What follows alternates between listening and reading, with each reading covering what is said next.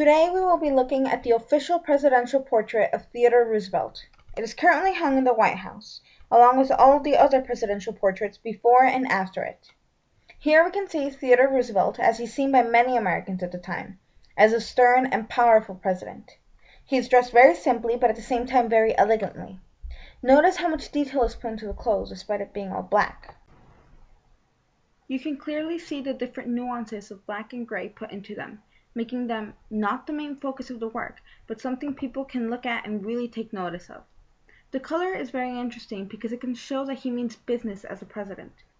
It shows that he's strong and also very capable of taking the role from vice president to president so suddenly after former President McKinley died only 6 months after his inauguration in September 1901, leaving the nation in Roosevelt's hands. This work is oil on canvas, painted by John Singer Sargent in 1903. The story goes that shortly after arriving to America from Europe, where he lived most of his life, he was summoned by President Roosevelt to start working on the portrait.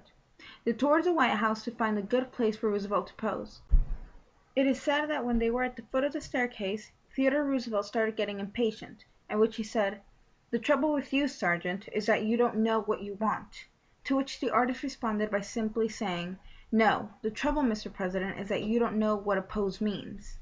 Well, obviously President Roosevelt was not going to put up with that, so he turned and took hold of the newel post. "Don't I?" he exclaimed. Sargent was ecstatic. "Don't move an inch. You've got it now," he said.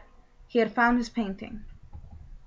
We can see this in his face. He looks serious, but you can also note a sense of impatience there.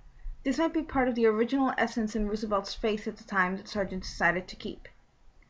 We can also see his right hand is the one grasping the newel, while his left hand is on his hip. This decision could have been deliberate from Sargent, as it is known that the right side usually represents power. By having Roosevelt's right hand having a firm grasp on something, it shows that he has a firm grasp on the power and country as well. Now, the lighting in this piece is also very interesting. Here we can see the light in front of him being very bright, while behind him it suddenly gets dark without easing into the darkness. I find this very interesting. The obvious contrast from the lighting on one part of the piece to another.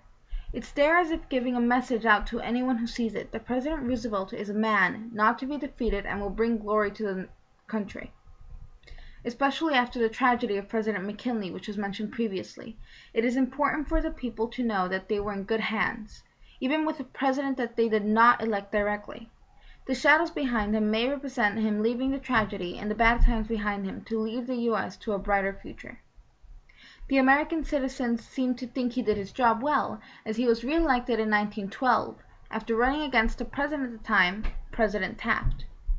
These two weren't always in the best of terms, especially not during the elections that year.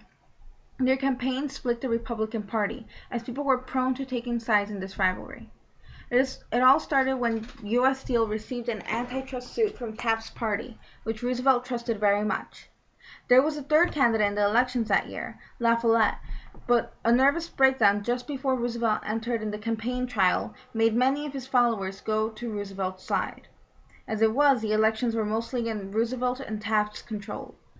Towards the end of the presidential campaigns, Roosevelt suffered from an assassination attempt while giving a speech in Milwaukee, Wisconsin. He carried on and finished his speech, even with the bullet in his chest.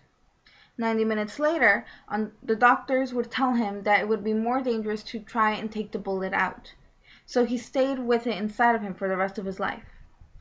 Roosevelt truly was a man that America needed at the time.